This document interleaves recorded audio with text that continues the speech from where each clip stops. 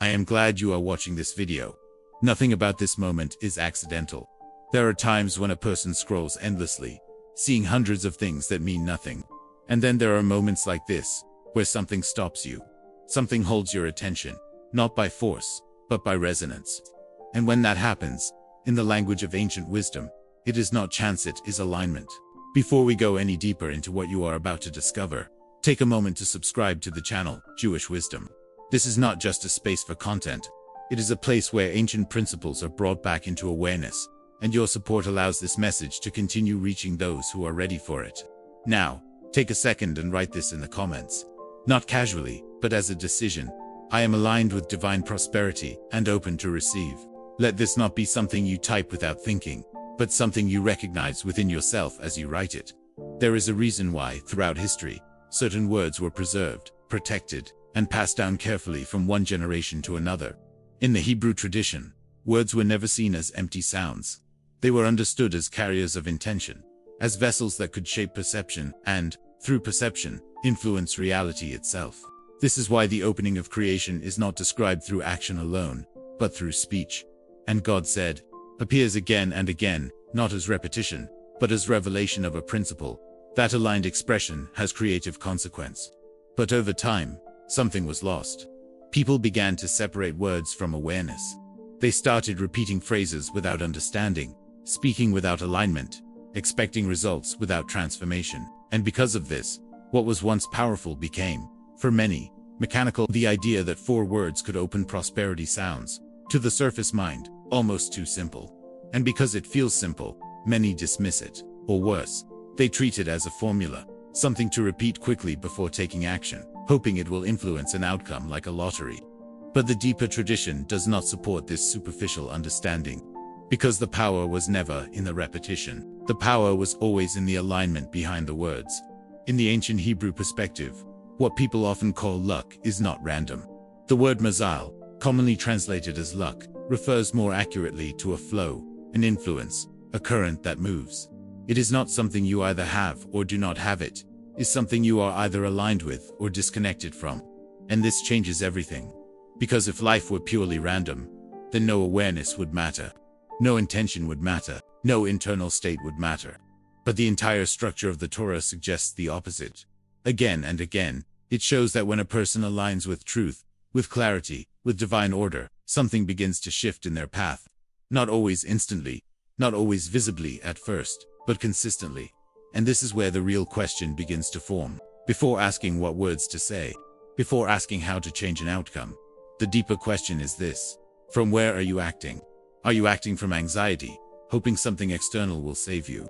Are you acting from lack, trying to force an opening where there is resistance? Or are you acting from alignment, from a place where your awareness is connected to something greater than the immediate moment? Because 2 people can do the same action and experience completely different results, not because the action changed, but because the state behind it was different. This is why the ancient teachings emphasize internal positioning before external action. Before stepping into anything uncertain, the thick human beings invited to return inward, to recognize the source, to align intention with truth. This is not about control, it is about connection. And when connection is present, something subtle begins to reorganize. The way you perceive changes. The way you decide changes. The way you respond to opportunities changes. And through these changes, your path begins to shift. So when you hear that there are 4 words connected to prosperity, understand this clearly. They are not a shortcut. They are not a tool to manipulate reality. They are a doorway away to reposition your awareness before you step into action. And if they are used without awareness, they are empty. But if they are understood, if they are felt, if they are integrated, they become something entirely different. They become alignment. Most people approach something like the lottery with a mindset of chance. They see it as random, unpredictable, disconnected from anything internal. And because of this, they enter the moment with tension, hope, mixed with doubt, expectation mixed with fear. But the Hebrew mindset is different. It does not deny uncertainty, but it does not submit to it blindly either. It asks for alignment before movement. Because action taken from misalignment carries confusion. But action taken from alignment carries clarity. And clarity, even in uncertain environments, changes how you move, how you choose, how you experience whatever comes. This is why what you are about to understand is not about increasing your chances in a game. It is about changing your state before you engage with anything in life. Because when your state changes, your reality begins to reorganize around that shift. And this is where the deeper revelation begins to open, not in the words themselves, but in what they represent. Because these 4 words were never meant to be spoken lightly. They were meant to be recognized, felt, understood as a return to something that has always been present, but often forgotten. And as you continue listening, allow yourself to move beyond the surface. Because what you are about to receive is not information. It is a realignment, a remembering, a shift that begins quietly, but has the power to change everything that follows.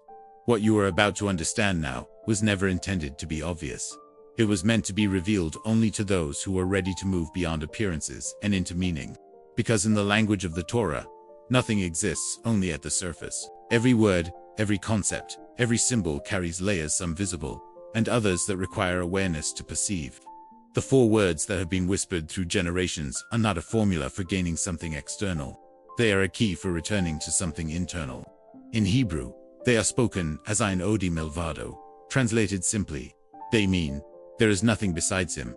But this translation, while correct, barely touches the depth of what is being expressed. This phrase appears in the book of Deuteronomy, when Moses speaks to the people and reminds them of a truth that was never meant to be forgotten.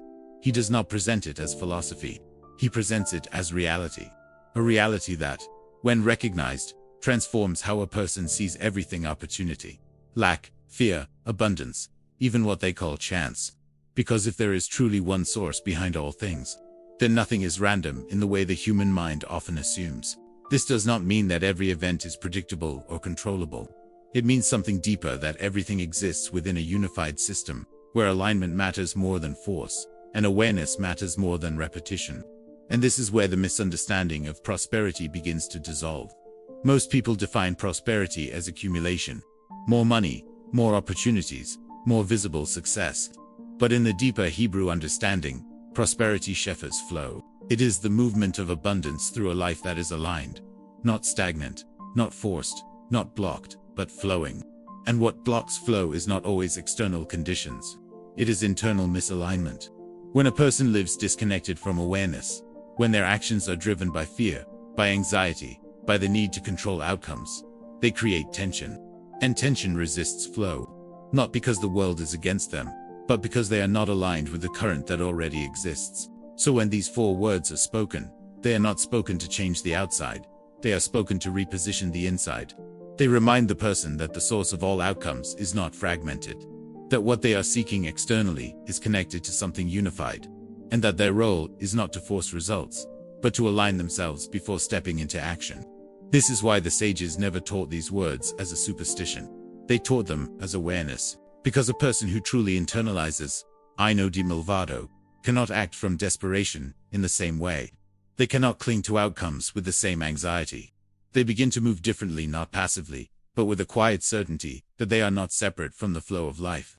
And this is where something subtle but powerful begins to shift. Because when fear loosens, clarity emerges. When control softens, perception opens. And when perception opens, opportunities that were once invisible begin to appear. Not because they were created in that moment, but because now they can be seen. This is the hidden mechanism that many overlook. They want external change without internal realignment. They want results without shifting the state from which they act. But the Torah consistently shows that transformation begins within.